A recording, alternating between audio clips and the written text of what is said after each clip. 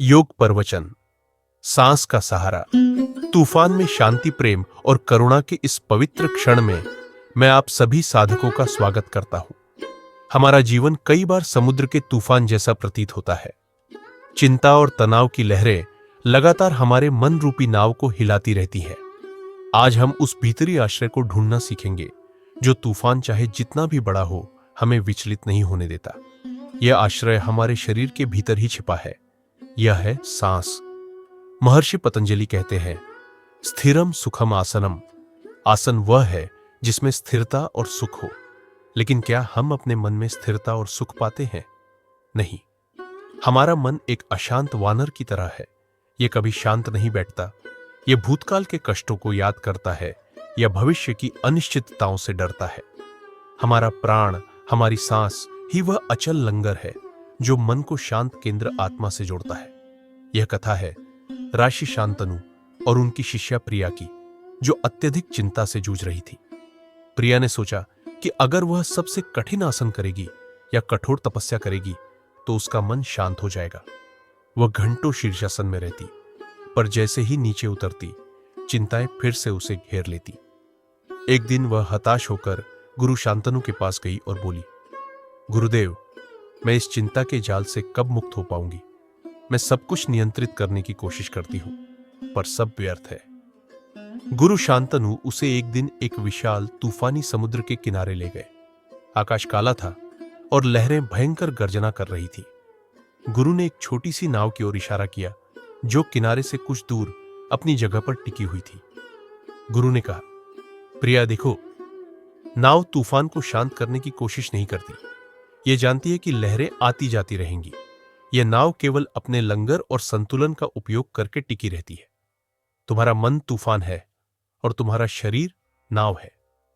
गुरु ने प्रिया को बैठने को कहा और धीरे से कहा, तुम्हारी सांस ही वह लंगर है। तुम्हें चिंता के विचारों से लड़ना नहीं है, बस अपनी सांस को धीमा करो। जब सांस धीमी होती है तो तुम अपने मस्तिष्क को यह संदेश देती हो कि तुम सुरक्षित हो। प्रिया ने पहली बार अपने पेट पर हाथ रखा और गुरु के मार्गदर्शन में केवल अपनी सांस के आने और जाने को महसूस किया।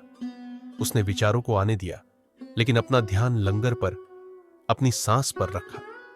कुछ ही क्षणों में बाहर का तूफान शांत नहीं हुआ, लेकिन उसके अंदर का केंद्र शांत हो गया। उसने महसूस किया कि अजेय शक्ति तूफान को रोकने में नहीं, बल्कि तूफान के बीच शांत बने रहने में है। साधकों, आप जिस क्षण यह कथा सुन रहे हैं उसी क्षण से यह सत्य जान लीजिए। आपको कहीं दूर शांति खोजने नहीं जाना है।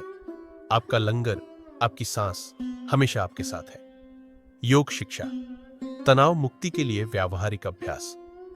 अब आइए इस आंतरिक शांति को शरीर में स्थापित करने के लिए कुछ सरल और वैज्ञानिक अभ्यास देखें। 1. तंत्रिका तंत्र को समझना। हमारी चिंता का कारण हमारा सहस्त्रानुक तंत्रिका तंत्र है, जो खतरे का संकेत मिलते ही हमारे शरीर में लड़ो या भागो मोड को सक्रिय कर देता है।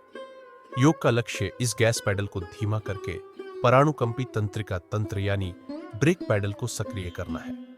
2. महत्वपूर्ण श्वास अभ्यास। यह तकनीक सीधे वेगस तंत्रिका को शांत करती है। उदर श्वास, एक हाथ छाती पर और दूसरा पेट पर रखें। सांस लेते समय केवल पेट को गुब्बारे की तरह फुलाएं, छाती को स्थिर रखें। पेट की धीमी गति मस्तिष्क को सुरक्षा का संदेश भेजती है। रेचक को लंबा करना, 4 गिनती में सांस अंदर ले और 6 या 8 गिनती में सांस बाहर निकाले। जब सांस बाहर जाने का समय लंबा होता है तो आपका ब्रेक पैडल सक्रिय हो जाता है। नाड़ी शोधन प्राणायाम। दाहिने अंगूठे से दाहिनी नासिका को बंद करके बाईं से सांस लें, फिर बाईं को बंद करके दाहिनी से सांस छोड़ें। यह मन को संतुलित करता है और तनाव को दूर करने में अद्भुत है। 3. विश्राम और स्थिरता के लिए आसन विपरीत करणी। हल्के उलटाव से हृदय को आराम मिलता है और रक्त संचार मस्तिष्क की ओर जाता है। समर्पण करें, विचारों को छोड़ दें। बालासन, यह सुरक्षित संलग्न स्थान बनाता है। पीठ और कूल्हों में सांस के विस्तार को महसूस करें। शवासन, तंत्रिका तंत्र को आराम देने और योग के लाभों को शरीर में आत्मसात करने के लिए सबसे महत्वपूर्ण। शरीर को पूरी तरह से ढीला छोड़ दें। ताड़ासन, सीधा खड़ा होना, जो आपको पृथ्वी से मजबूती से जोड़ता है। पैरों के चारों कोनों पर ध्यान दें। अपने भीतर की दृढ़ता को महसूस करें। इस अभ्यास को प्रतिदिन करें।